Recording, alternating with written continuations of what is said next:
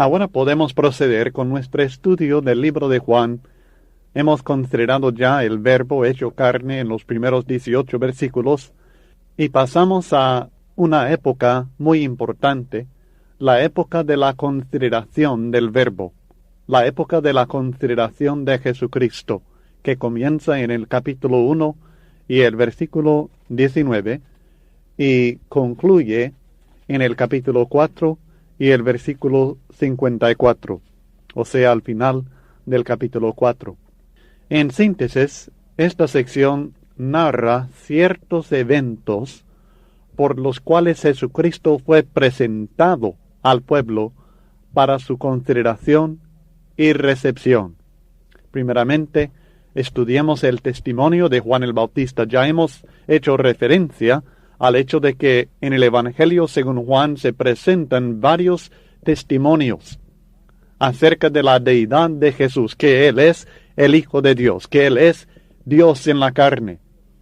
Y el testimonio de Juan el Bautista es el primero que encontramos en los versículos 19 al 34 de Juan capítulo 1. Leamos primeramente los versículos 19 al 23. Este es el testimonio de Juan, cuando los judíos enviaron de Jerusalén sacerdotes y levitas para que le preguntasen: ¿tú quién eres? Confesó, y no negó, sino confesó: yo no soy el Cristo. Y le preguntaron: ¿qué pues? ¿Eres tú Elías? Dijo: no soy. ¿Eres tú el profeta? Y respondió: no. Le dijeron: pues, ¿quién eres? Para que demos respuesta a los que nos enviaron. ¿Qué dices de ti mismo? Dijo: yo soy la voz de uno que clama en el desierto: enderezad el camino del Señor, como dijo el profeta Isaías. La primera pregunta que le hicieron a Juan el Bautista era muy sencilla. ¿Tú quién eres? Juan había estado predicando el arrepentimiento y también que se acercaba el reino de los cielos. También había estado bautizando a personas que se arrepentían, volviendo a los mandamientos de la ley de Dios y preparando sus corazones para la recepción del Rey, del Mesías que venía. Así que ellos preguntaron a Juan, deseaban saber lo que él decía de sí mismo, si él estaba proclamándose el Cristo o qué. Y él presenta 3 respuestas a esta primera pregunta. Negó ser el Cristo, negó ser Elías y negó ser el profeta. La oposición a Cristo desde un principio se presenta en el Evangelio según Juan como los judíos. Ellos así se designan en este libro, los judíos. Claro que había otros judíos que no estaban entre ellos, ni estaban de acuerdo con ellos, pero así se presentan en este libro, los judíos. Al decir Juan el Bautista: yo no soy el Cristo, claramente estaba diciendo la verdad, porque el Cristo significa el ungido, el Mesías, el Rey que venía, el Redentor que Dios había prometido a la nación judía. Cuando el pueblo de Israel hablaba del Cristo o del Mesías, que es la misma palabra, una en griego y otro en arameo o hebreo, y esto significa ungido, ellos estaban refiriéndose a aquel profeta, aquel rey, aquel redentor que en las profecías del Antiguo Testamento Dios había prometido y que ellos esperaban su venida en cualquier momento. Pero naturalmente tenían muchas ideas diferentes acerca del Mesías. Algunos pensaban que traería paz mundial, así como muchos en nuestro tiempo todavía están predicando que Cristo volverá y traerá paz a todo el mundo, paz entre naciones. Pensaban algunos que Él iba a establecer un reino de justicia social, como muchos en nuestro tiempo todavía están esperando. Algunos pensaban que sería un campeón militar que les daría la victoria sobre los romanos y otros enemigos. Algunos tenían el concepto que él sería un personaje sobrenatural que venía directamente de Dios. Y otros, basándose en profecías también del Antiguo Testamento, pensaban que sería un príncipe del linaje de David. Pero Juan dice: al menos no soy yo. La palabra yo señala una declaración enfática. Yo mismo no soy, decía Juan, pero sí hay otro, que es el Cristo. El Cristo viene, pero no soy yo.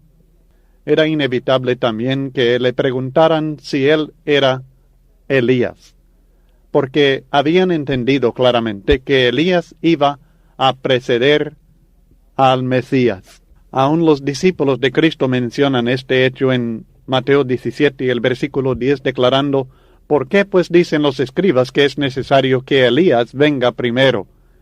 Respondiendo Jesús les dijo: a la verdad, Elías viene primero y restaurará todas las cosas, basándose por supuesto en la profecía de Malaquías en el capítulo 4 y el versículo 5, que declara: he aquí yo os envío el profeta Elías antes que venga el día de Jehová grande y terrible. Sabemos que Elías ya no estaba en este mundo, tenía cientos de años de no estar en este mundo, había sido llevado por Dios a su presencia de una manera muy extraordinaria, pero Malaquías prometió que Elías iba a venir, el profeta Elías, antes de la venida del día del Señor. Así que los judíos en el tiempo de Cristo todavía esperaban primeramente la venida de Elías y luego la venida del Cristo, del reino y del juicio que Dios había prometido. Así que ellos estaban esperando esto y naturalmente por esto preguntaron a Juan si él era Elías. Pero Juan dice: no soy. Ahora esto es una aparente contradicción con lo que Cristo dice en Mateo 11:14 al decir: y si queréis recibirlo, él es aquel Elías que había de venir, hablando de Juan el Bautista. Él es aquel Elías que había de venir. Mateo 11:14. Y es cierto que Juan salió en el espíritu y el poder de Elías. En Lucas capítulo 1 y el versículo 17, el ángel habló al padre de Juan el Bautista, a Zacarías, diciéndole, Juan 1:17, e irá delante de él con el espíritu y el poder de Elías, para hacer volver los corazones de los padres a los hijos, y de los rebeldes a la prudencia de los justos, para preparar al Señor un pueblo bien dispuesto. Así que Juan salió con el espíritu y el poder de Elías, y es por esto que él fue llamado Elías. Mas os digo, dice Cristo en Mateo 17:12, que Elías ya vino, y no le conocieron, sino que hicieron con él todo lo que quisieron, así también el Hijo del Hombre padecerá de ellos. Mateo 17 y el versículo 12. Ellos se imaginaban que Elías vendría literalmente, pero no era Elías literalmente. No era el Elías literal que ellos esperaban debido a su mala interpretación materialista de Malaquías 4:5. Dios no estaba prometiendo que vendría el mismo individuo, sino que estaba prometiendo que un Elías vendría, uno con el mismo espíritu y el mismo poder de Elías. Y ese, según el Nuevo Testamento, es Juan el Bautista.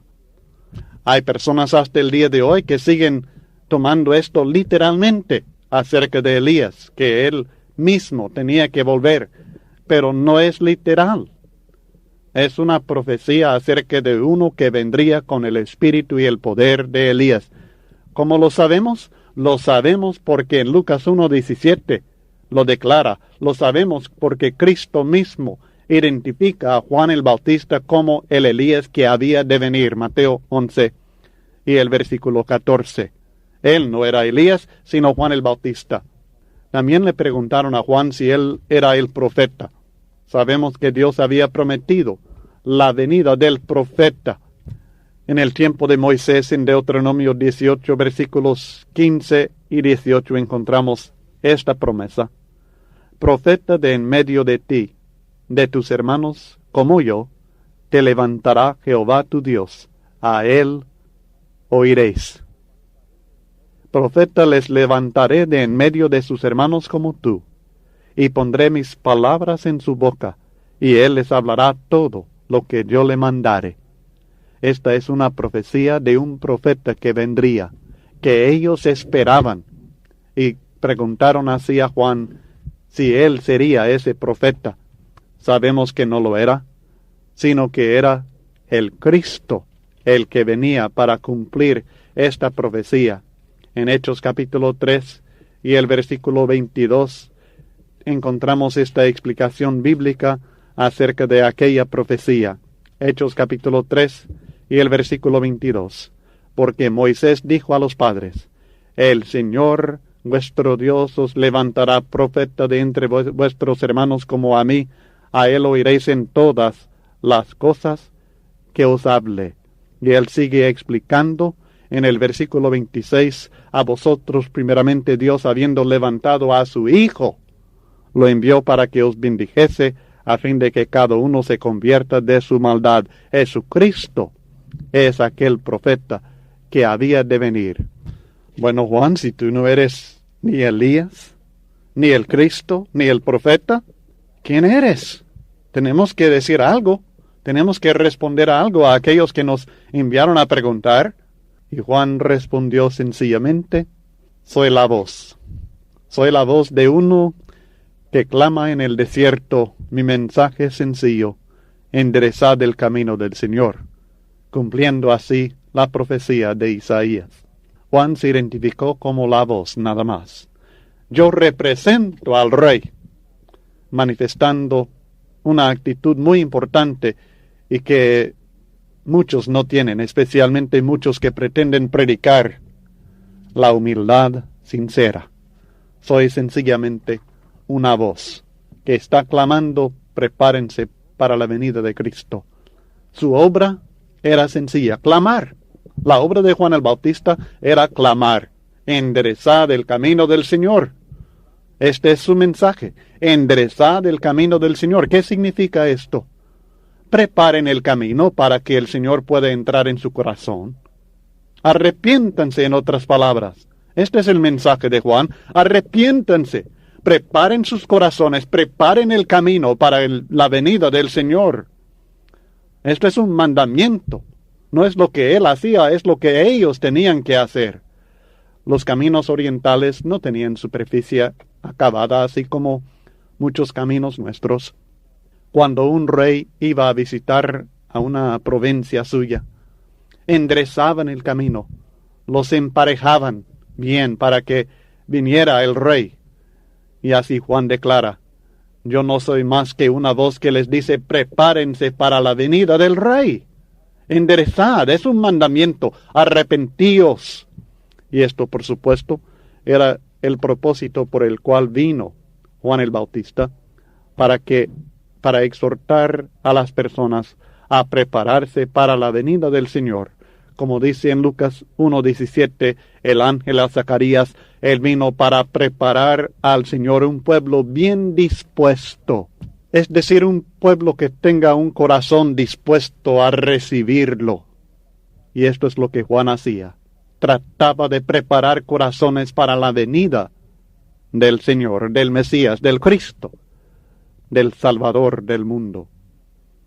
Él menciona una profecía de Isaías que él está cumpliendo. En aquella profecía, en Isaías 40 y el versículo 3, Jehová había prometido visitar con nuevas manifestaciones de su gracia a los judíos, el remanente que acaba de volver de la cautividad en Babilonia, en aquella profecía. Así que él promete una visita con su gracia, con su bendición, y ahora se cumple nuevamente en su plenitud con la venida de Cristo Jesús. No estaban completamente satisfechos los fariseos con la respuesta de Juan a su pregunta: ¿tú quién eres? Así que le hicieron una segunda pregunta: ¿por qué pues bautizas? Leamos en los versículos 24 al 28. Y los que habían sido enviados eran de los fariseos, y le preguntaron y le dijeron: ¿por qué pues bautizas si tú no eres el Cristo, ni Elías, ni el profeta? Juan les respondió diciendo: yo bautizo con agua, mas en medio de vosotros está uno a quien vosotros no conocéis. Este es el que viene después de mí, el que es antes de mí, del cual yo no soy digno de desatar la correa del calzado. estas cosas sucedieron en Betábara, al otro lado del Jordán, donde Juan estaba bautizando. ¿Por qué pues bautizas? ¿Qué andas haciendo?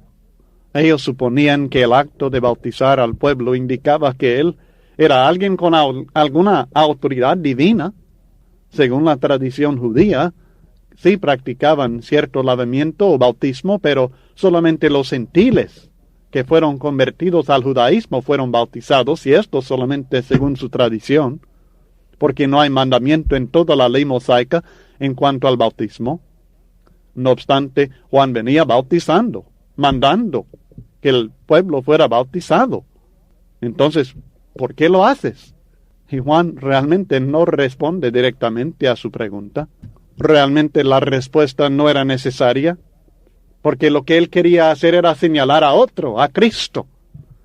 Y les dice, ya no se preocupen por mí, piensen en otro.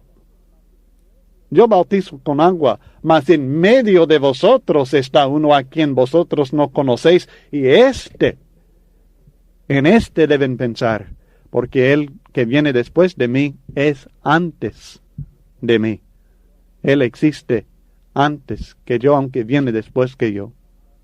Y yo no soy ni digno de desatar la correa del calzado de este individuo. Juan manifiesta su sincera humildad nuevamente, porque la tarea de desatar la correa del calzado era obra de esclavos. Y él declara que yo no soy digno del oficio más humilde a favor de Jesucristo. En esencia dice, viene uno de quien no soy digno ni de ser esclavo. Oh, que Dios nos dé a nosotros esta humildad, esta gracia de olvidarnos de nosotros mismos y exaltar solamente a Jesús, así como lo hizo Juan el Bautista. Luego, en los versículos 29 al 34, que es el otro día, el día que sigue, el segundo día consecutivo en lo que Juan nos está relatando. El primer día es cuando le llegaron los judíos para preguntarle, ¿quién eres? ¿Por qué bautizas? Al día siguiente ya es el segundo día. Y en ese segundo día, Juan ve a Jesús. Y el texto dice, el siguiente día vio Juan a Jesús que venía a él y dijo, he aquí el Cordero de Dios que quita el pecado del mundo. Este es aquel de quien yo dije, cuando lo había dicho ayer, lo había dicho, este es aquel de quien yo dije ayer. Después de mí viene un varón, el cual es antes de mí, porque era primero que yo. Y yo no le conocía más para que fuese manifestado a Israel. Por esto vine yo bautizando con agua. También dio Juan testimonio diciendo, vi al Espíritu que descendía del cielo como paloma, y permaneció sobre él, y yo no le conocía. Pero el que me envió a bautizar con agua, aquel me dijo, sobre quien veas descender el Espíritu, y que permanece sobre él, ese es el que bautiza con el Espíritu Santo. Y yo le vi, y he dado testimonio de que este es el Hijo de Dios. Ahora tenemos el testimonio de Juan el Bautista. Él identifica a Cristo de tres maneras. Jesús, dice Juan, es el Cordero de Dios. El versículo 29. Jesús, dice Juan, es el que bautiza con el Espíritu Santo. El versículo 33. Y Jesús, dice Juan, es el Hijo de Dios. Este es el testimonio de Juan. Que Jesús es el Cordero de Dios, el que se sacrifica por el pueblo, el que bautiza con el Espíritu Santo, dando esta bendición al pueblo, el Hijo de Dios, Dios en la carne. Este es el testimonio de Juan el Bautista. Consideremos estos puntos que Juan nos está presentando. Él menciona que Cristo en el versículo 29 es el Cordero de Dios. Para algunos esto no será nuevo, pero a todos nos conviene recordar el fondo histórico de esta referencia, que tiene una base, por supuesto, en el Antiguo Testamento. Cuando el pueblo de Israel, los judíos, eran esclavos en la tierra de Egipto cientos de años antes del tiempo de Juan, Dios envió una serie de plagas sobre los egipcios para que libraran a los israelitas. Esto lo encontramos en Éxodo capítulo 7 al 13. Pero el faraón, el rey de los egipcios, tenía un corazón tan duro que a pesar de todo el sufrimiento de su pueblo por aquellas plagas que Dios envió, él no quiso humillarse ante Jehová, y los israelitas seguían siendo sus esclavos. Finalmente Dios avisó a Moisés que iba a enviar un último castigo a los egipcios para que libraran a su pueblo. Todos los primogénitos en toda la tierra de Egipto iban a morir a la mano de Jehová en una sola noche. Pero para proteger a los israelitas de esta plaga, para que sus hijos no murieran, Dios les mandó que tomaran un cordero. Aquí entra la figura del cordero, la sombra que presenta el Antiguo Testamento. Dios les mandó que tomaran un cordero sin defecto y que lo mataran el día de la plaga. Tenían que poner la sangre del cordero inmolado en los 2 postes y en el dintel de las casas. Luego tenían que reunirse en las casas y comer la carne del cordero. Y en Éxodo 12, versículos 12 y 13, encontramos esta explicación y promesa. Pues yo pasaré aquella noche por la tierra de Egipto, y heriré a todo primogénito en la tierra de Egipto, así de los hombres como de las bestias, y ejecutaré mis juicios en todos los dioses de Egipto, yo Jehová. Y la sangre os será por señal en las casas donde vosotros estéis, y veré la sangre, y pasaré de vosotros, y no habrá en vosotros plaga de mortandad cuando hiera la tierra de Egipto. Veré la sangre os será por señal, y la veré, y pasaré de vosotros, promete Dios. Y fue así que el pueblo de Israel fue salvado en aquella noche por el sacrificio del cordero. Conforme al mandamiento de Dios, hasta el tiempo de Juan el Bautista todavía celebraban este evento cada año para recordar su liberación y salvación de la esclavitud por medio del cordero que fue sacrificado aquella noche. Además, los sacerdotes ofrecían el sacrificio de un cordero cada mañana y uno cada tarde en el templo como parte de su servicio a Dios. Todo esto acerca del cordero de la Pascua, el cordero que se ofrecía cada día, todo esto estaría en la mente de estos judíos cuando Juan, de repente, al ver que venía Jesús caminando hacia él, cerca de este grupo donde él estaba platicando, al decir de repente, he aquí el Cordero de Dios que quita el pecado del mundo. ¿Cómo dice? ¿El Cordero de Dios? El Cordero es aquel que se sacrifica allá en el templo. No, este es el Cordero de Dios que realmente quita el pecado del mundo. Ahora, la enseñanza para nosotros es sencillamente que alguien tiene que sufrir por nuestros pecados. La paga del pecado es muerte, Romanos 6:23. Y la gran obra de Cristo Jesús que Juan presenta es sufrir el castigo por nuestros pecados y así quitar nuestros pecados para que podamos ser salvos por medio de su sacrificio. Este es el Cordero de Dios. Así como Dios pasó sin matar a los hijos de los israelitas al ver la sangre del Cordero en los postes de sus casas allá en Egipto, también pasa de nosotros. Y no nos castiga por nuestros pecados al ver la sangre de su Hijo en nosotros, el Cordero de Dios que quita el pecado del mundo. Ha de ser evidente que es importante hacer contacto con esta sangre, y sabemos que es en el bautismo que somos bautizados en su muerte. Romanos 6, versículos 3 y 4. Y esta sangre nos limpia, quita nuestros pecados. Este es el Cordero de Dios que quita el pecado del mundo, no solamente de los judíos, sino de toda nación. Claro que no está diciendo que todos serán salvos. Es necesario que crean y que obedezcan al Señor, pero Él está haciendo algo que los sacrificios de la ley jamás pudieron lograr. quita el pecado. Así que Juan está dirigiendo la atención y la devoción, la fe de sus seguidores hacia el Cristo. Él venía para avivar al judaísmo con su mensaje de arrepentimiento, pero ahora tenían que avanzar hacia una revelación más completa de la voluntad de Dios en Jesucristo, el Cordero de Dios. Le quiero sugerir que este sencillo mensaje de Juan el Bautista es el mismo que nosotros debemos proclamar al mundo. Las necesidades del pueblo judío en el tiempo de Juan el Bautista son las mismas que encontramos en nuestro mundo hoy día. Las personas necesitan conocer a Cristo.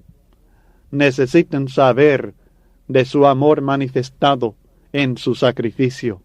Necesitan saber que únicamente Él puede quitar el pecado y que otras cuestiones, otros asuntos realmente pueden ser interesantes y de cierta importancia, pero lo realmente importante es el pecado y cómo quitarlo, y solamente Cristo en su sacrificio lo puede hacer.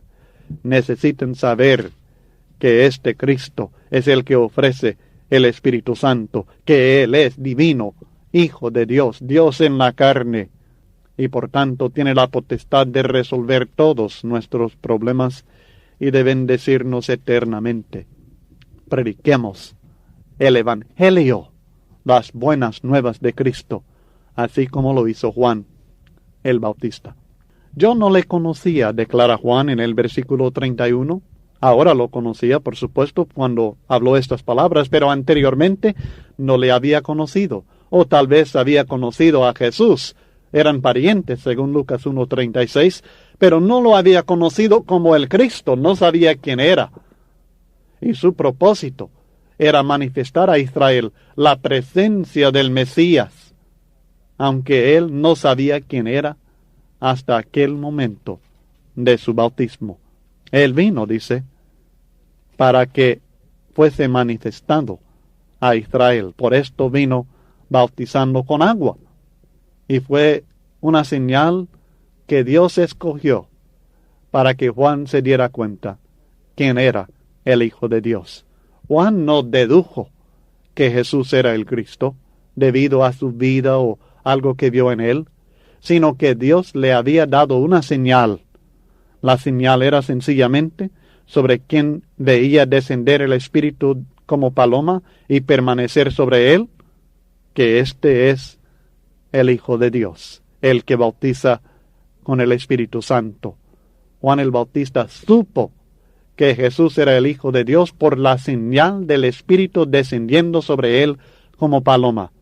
Su testimonio dependió no de lo que él sentía en su corazón, no de alguna experiencia personal, sino de la revelación divina.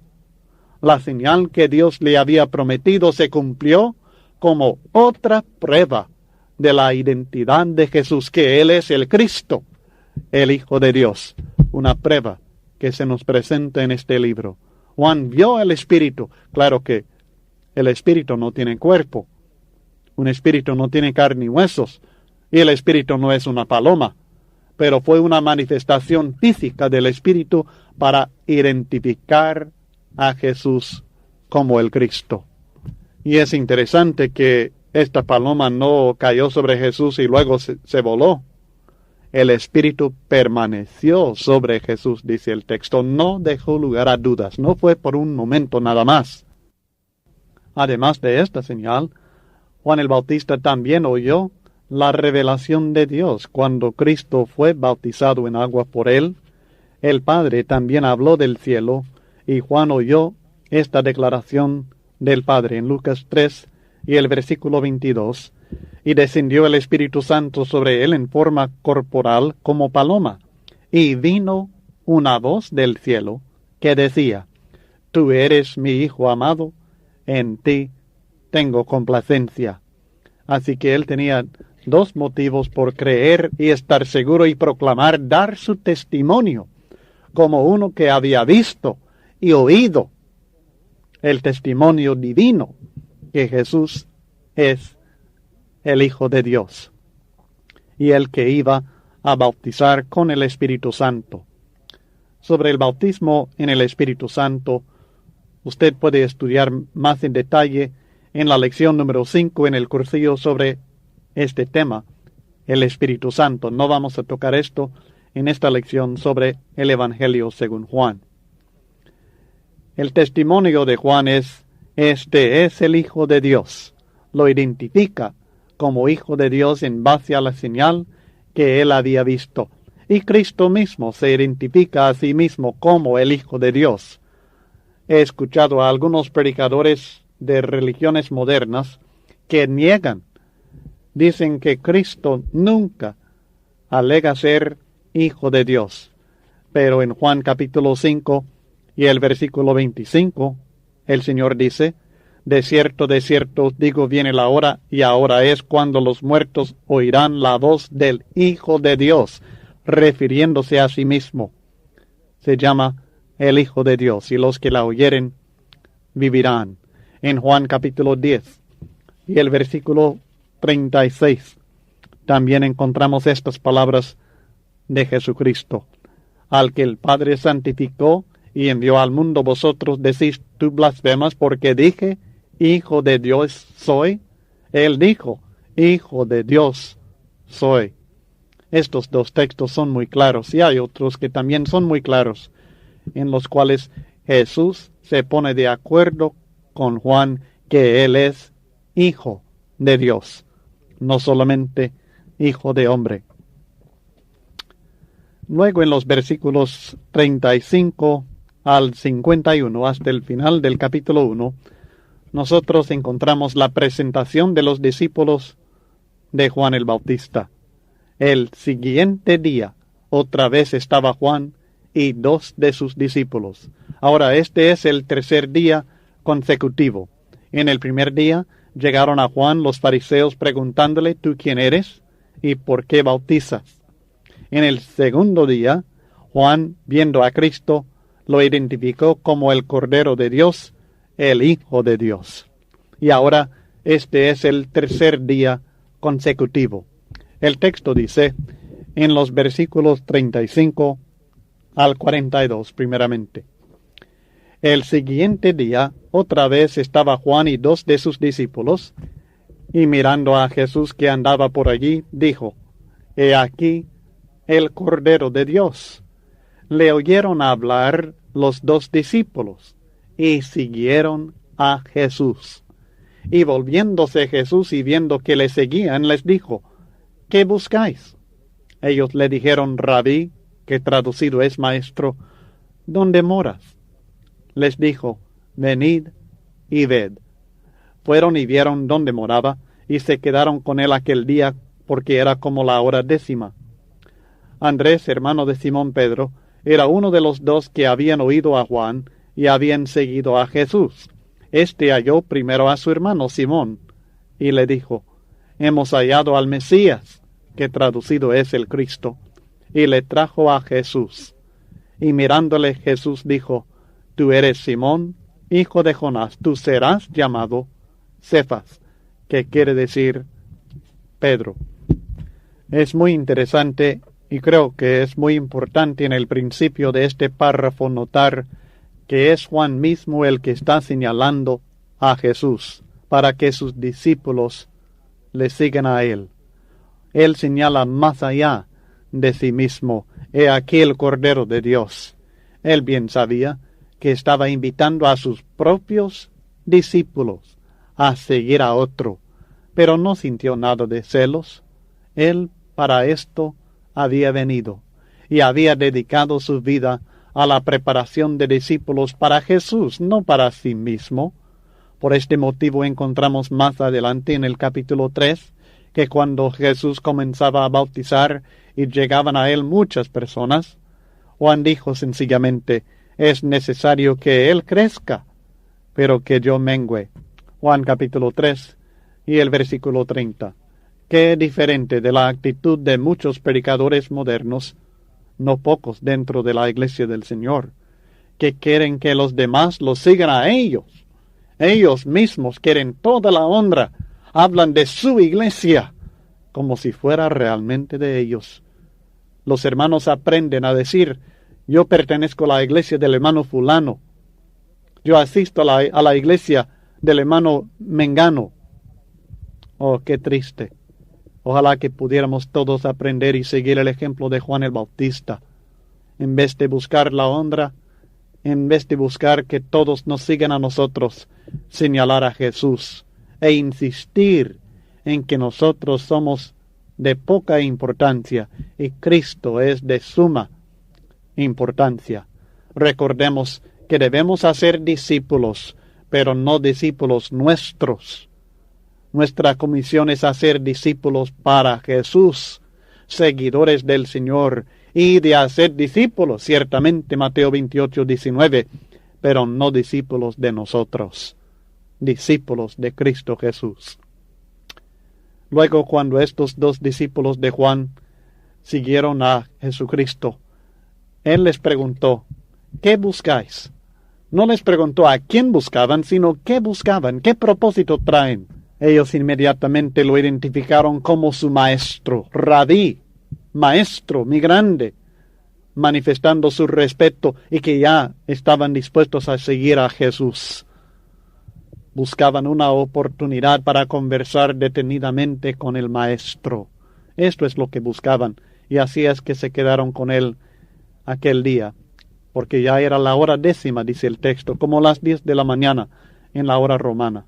Es interesante que nos presenta con exactitud esta información. Aquí no tenemos una obra de ficción, no tenemos algo inventado por los hombres, tenemos datos exactos históricos de lugares y de horas de personas específicas que son los testigos de estos eventos que comprueban que Jesús es el Cristo, el Hijo de Dios. El ejemplo mencionado de Andrés en los versículos 40 al 42 es realmente de gran significado, porque nos presenta la importancia de la sencilla obra de presentar a Jesús a otras personas. Esto es lo que hizo Andrés sencillamente. Él sencillamente presentó a su hermano a Jesús, le trajo a Jesús, y luego el Señor hizo lo demás. Hemos hallado al Mesías, estas son las buenas nuevas. Hemos hallado al Cristo, hemos hallado a aquel que es el ungido, el Rey. Decir que Jesús es el Mesías, el ungido lo identifica como el Rey. Y luego Cristo responde a Simón, tú serás llamado Cefas. Las palabras Cefas en arameo y Pedro en griego literalmente significan piedra. El cambio de su nombre es de significado, y así lo es muchas veces en la Biblia, indicando una nueva relación con Dios, un cambio en el carácter del individuo. Así fue en el caso de Abraham y su esposa también. Así fue en el caso de Jacob. Tenemos en este caso, en el caso de Pedro, una predicción de la obra de Dios en el corazón y la vida suya. Es obvio que Dios iba a cambiar a este hombre precipitado en un discípulo fuerte y estable. En Mateo 16 al 18, parece que el proceso de cambio ya se efectuaba, porque Él le dijo, no le dijo, tú serás llamado, sino que tú eres Pedro, en aquel texto en Mateo 16 y el versículo 18. Cristo no está viendo solamente la realidad en la vida de Simón, sino también las posibilidades, y así es con cada uno de nosotros, y nosotros al ver a nuestros hermanos también. No debemos ver solamente la realidad de su pasado, no debemos ver solamente hasta dónde han llegado, sino que debemos pensar en lo que Cristo puede hacer con ellos, si solamente les presentamos a Cristo y permitimos que Él haga su obra paulatina pero poderosa en la vida de ellos, así como hizo en la vida de Simón, el apóstol Pedro, enseguida, según la Biblia. Ahora leamos en los versículos 43 al 51, otros discípulos, Felipe y Natanael. El siguiente día quiso Jesús ir a Galilea y halló a Felipe y le dijo, sígueme. y Felipe era de Betsaida, la ciudad de Andrés y Pedro. Felipe halló a Natanael y le dijo: hemos hallado a aquel de quien escribió Moisés en la ley, así como los profetas, a Jesús, el hijo de José de Nazaret. Natanael le dijo: ¿de Nazaret puede salir algo de bueno? Le dijo Felipe: ven y ve. Cuando Jesús vio a Natanael que se le acercaba, dijo de él: he aquí un verdadero israelita en quien no hay engaño. Le dijo Natanael: ¿de dónde me conoces? Respondió Jesús y le dijo: antes que Felipe te llamara, cuando estabas debajo de la higuera te vi. Respondió Natanael y le dijo: Rabí, tú eres el Hijo de Dios, tú eres el Rey de Israel. Respondió Jesús y le dijo: porque te dije, te vi debajo de la higuera, ¿crees? Cosas mayores que estas verás. Y le dijo: de cierto os digo que de aquí adelante veréis el cielo abierto, y a los ángeles de Dios que suben y descienden sobre el Hijo del Hombre. En Felipe también tenemos el maravilloso ejemplo de un individuo que sencillamente gana a otro. Así debe ser la obra del Señor en cada uno de nosotros. Esto es lo que estamos tratando de promover por medio de los cursos que les presentamos cuando insistimos en que enseñe a otra persona. No queremos que solamente usted enseñe a otro, sino que ese otro que usted enseñó también enseñe a otra persona, y esta persona que enseñe a otra persona. Y así va la cadena hasta alcanzar a todas las almas en el mundo, porque esto es el deseo de Dios. Y esto es lo que había comenzado Felipe. Y así debe actuar el Señor en nosotros. Uno que toca la vida de otro, que toca la vida de otro, que toca la vida de otro, y así consecutivamente. El mensaje que anunció Felipe a Natanael era sencillamente: hemos hallado a aquel de quien escribió Moisés en la ley. Esto no es algo nuevo, es el cumplimiento de lo que hemos estado estudiando en la ley antigua, en la palabra de Dios. Él nos ha prometido, y aquí tenemos el cumplimiento de aquella profecía. Como ya notamos en Deuteronomio 18:15 y el 18, Dios había prometido levantar a otro profeta semejante a Moisés. Este es aquel, dice Felipe a Natanael. Esto es lo que los profetas profetizaron, lo que hemos estado esperando ha llegado. Los hombres debemos entender, y por lo general se comete este error muy grave cuando comienzan a estudiar el Antiguo Testamento. No toman en cuenta a Cristo.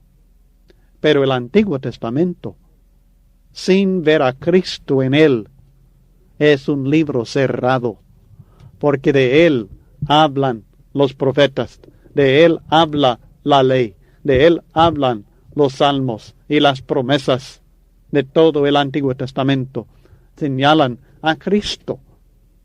En Lucas capítulo 24, después de su resurrección de entre los muertos, los discípulos todavía no lo habían comprendido totalmente. Y él, comenzando desde Moisés y siguiendo por todos los profetas, les declaraba en todas las escrituras lo que de él decían. Lucas 24 y el versículo 27.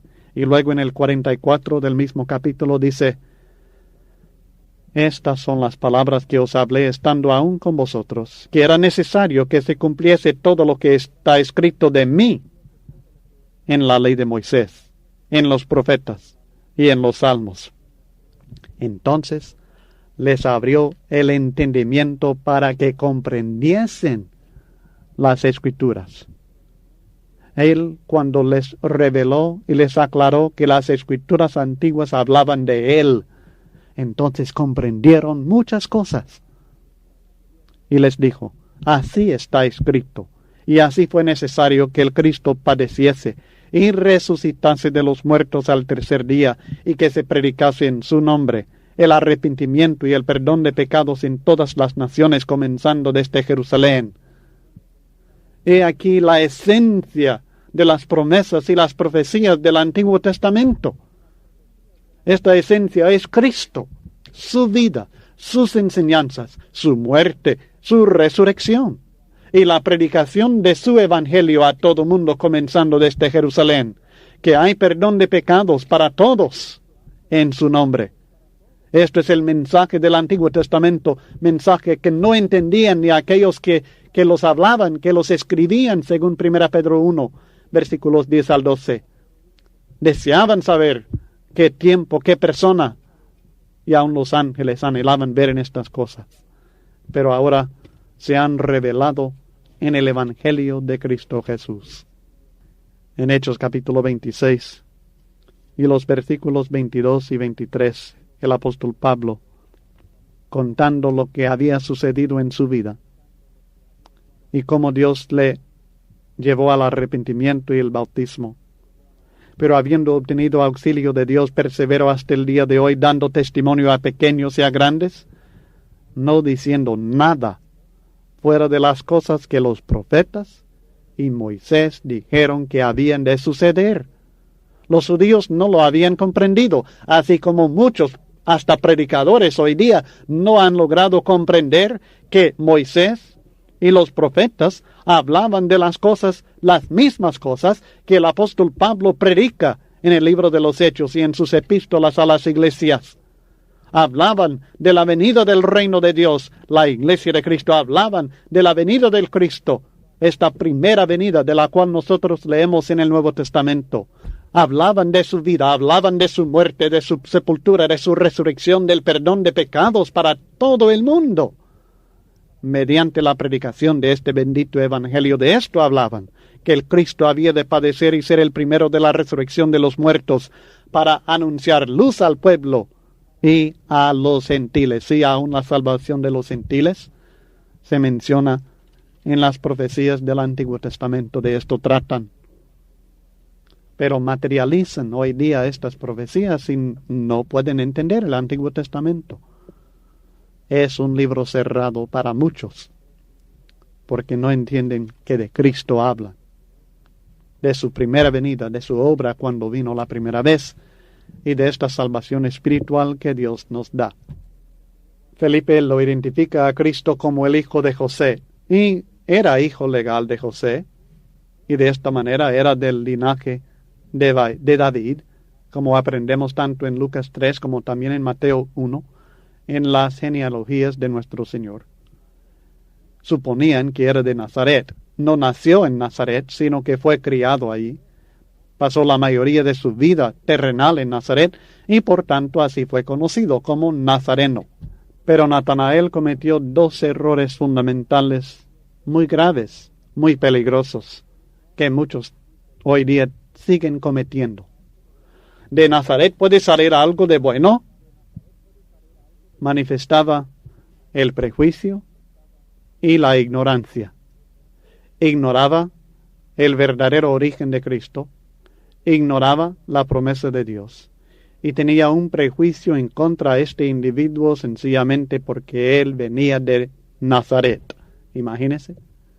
Pero así hizo la evaluación del carácter de Cristo Jesús. Pero era hombre honesto, y aunque dudaba y era culpable del prejuicio y la ignorancia, recibió la invitación perfecta de parte de Felipe. Ven y ve. Así debemos invitar a la gente que ignora, la gente que duda. Ven y ve. No discutamos con ellos, no tratemos de pelear con ellos, no debemos ridiculizarlos. Ven y ve, a ver si es cierto. Examinemos lo que la Biblia dice. Observe lo que hacemos en la iglesia y compárelo con la Biblia. Ven y ve. Y así le invitó y Cristo se encargó entonces de la conversión. La evaluación que Jesús hizo del carácter de Natanael lo distingue claramente a él de los falsos israelitas, en los cuales sí había mucho engaño. Y así Natanael se convenció que Jesús es el Hijo de Dios por la señal del conocimiento que Jesús tenía de él. Antes que Felipe te llamara, cuando estabas debajo de la higuera, te vi. ¿Y cómo será esto? Mediante el poder divino únicamente. Entonces se convenció, por medio de esta señal, del conocimiento que Cristo tenía de él. Y luego Cristo promete cosas mayores, bendiciones más grandes, señales más grandes. Y por ejemplo, la maravillosa promesa que encontramos en el versículo 51, en la cual Cristo se presenta como el vínculo entre Dios y los hombres. Es tan importante esta promesa del cielo abierto que considero que debemos tomar el tiempo de estudiarlo en un poco de detalle antes de seguir adelante con nuestro estudio. Esta promesa se basa en lo que aconteció en Génesis capítulo 28, versículos 12 al 14, en el caso de Jacob. Y vamos a leer lo que la Biblia dice en Génesis capítulo 28, versículos 12 al 14, para tener esto en mente durante nuestro estudio de este punto. Jacob soñó, y he aquí una escalera que estaba apoyada en tierra, y su extremo tocaba en el cielo.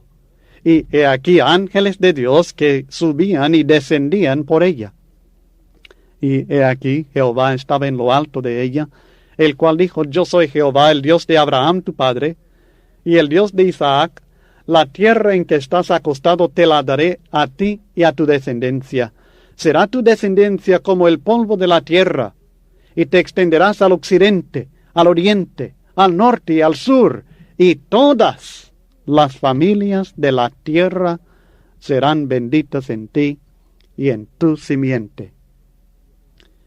En esta promesa que Jesús hizo de un cielo abierto, Él mismo es la escalera en la cual los ángeles de Dios suben y descienden. Claramente está enseñando que por medio de Él, el cielo está abierto para los hombres y las bendiciones de Dios llegan a nosotros. Él es la simiente de Abraham, de Isaac y de Jacob, que también se menciona en este texto que acabamos de leer en Génesis 28 y el versículo 14, y todas las familias de la tierra serán benditas en ti y en tu simiente, en Cristo. En esta simiente que es Cristo, todas las familias de la tierra reciben la bendición de Dios, y esta bendición no es menos que el perdón de pecados y el acceso que tenemos a Dios por medio de nuestro Salvador y mediador Jesucristo. Es la bendición del cielo abierto a hombres pecadores por medio de aquel que pagó por nuestros pecados. Jesús, el Hijo de Dios, la simiente de Jacob. Jesús es la escalera entre Dios y los hombres. Por medio de Él podemos llegar a Dios. Por medio de Él, Dios llega a nosotros. Por medio de Él, el cielo está abierto para usted y para mí. Por causa de nuestros pecados, fuimos excluidos de la comunión con Dios, según Efesios 2:12. Fuimos separados de Dios. Pero por medio del sacrificio de Jesús ahora, el cielo está abierto y podemos entrar en la comunión con Dios. Podemos acercarnos a Él y Él se acerca a nosotros. Y recibimos su consuelo, su ayuda y sus bendiciones todos, pero todos los días. En Efesios capítulo 2, después de hablar en el versículo 12 acerca de que estábamos sin Dios en el mundo, el versículo 13 declara: pero ahora en Cristo Jesús, vosotros que en otro tiempo estabais lejos, habéis sido hechos cercanos por la sangre de Cristo. Y en el versículo 18 luego agrega: porque por medio de Él los unos y los otros tenemos entrada por un mismo Espíritu al Padre. El cielo está abierto. No hay ninguna persona que no pueda tener acceso al Padre Celestial por medio de Jesús. No hay pecado que Dios no puede perdonar si somos obedientes a su Hijo. Este perdón se extendió aún hacia las personas responsables por la muerte del propio Hijo de Dios que murió por ellas. Por medio de Jesús vemos el cielo abierto y el Padre Celestial nos recibe en su comunión como hijos adoptivos. Se abren las puertas del cielo y Dios derrama sobre nosotros bendiciones abundantes, conforme a sus riquezas en gloria. Además de todo esto, Jesús es el mediador que hace posible nuestro acercamiento al trono de la gracia de Dios en oración. Y esto también ha de incluirse en esta promesa de Cristo, de ser Él la escalera entre los hombres y Dios. Por medio de Él, nuestras peticiones son escuchadas por nuestro Creador. Por medio de Él podemos llegar a Dios y echar sobre Él toda nuestra ansiedad. Hay un solo Dios y un solo mediador entre Dios y los hombres, Jesucristo hombre. 1 Timoteo 2:5. Y en este texto en Juan, Él nos está dando ya una idea de esta bendición que se aclara más tarde en el Nuevo Testamento. Debido a esta obra mediadora de Cristo Jesús, no necesito que otra persona explique mis necesidades a Dios. No tengo necesidad de acudir por medio de otro para recibir la misericordia de Dios. De hecho, no hay otro medio para llegar al Padre. Jesús es la única escalera entre Dios y los hombres. El último aspecto de esta bendición es que algún día podremos estar eternamente en la presencia de Dios. Por medio de la vida nueva que encontramos en Cristo al nacer de agua y del Espíritu, nuestros nombres se inscriben en el libro de la vida del Cordero. Y cuando Jesús viene se pasará esta lista, y todos aquellos que tienen sus nombres inscritos tendrán libre entrada en el reino eterno de nuestro Señor y Salvador, Jesucristo, la escalera entre Dios y los hombres. Hay que acudir a aquel que es esta escalera entre Dios y los hombres, aquel que abre el cielo. Yo soy el camino y la verdad y la vida. Nadie viene al Padre sino por mí. Juan 14 y el versículo 6. Creo que este tema es de mucha importancia y de gran bendición para nuestras vidas, y por esto también en el estudio impreso en las páginas 31 al 33 hemos incluido un bosquejo para un sermón basado en estos versículos para que usted lo desarrolle, lo puede utilizar como desee, pero creo que encontrará que será una gran bendición este tema para los hermanos y aun aquellos que no son cristianos todavía. Ahora, antes de seguir con el estudio de Juan capítulo 2, usted debe repasar bien lo que hemos estudiado y contestar las preguntas sobre Juan 1, 19 al 51, que es el examen número 4 en este cursillo sobre el Evangelio según Juan.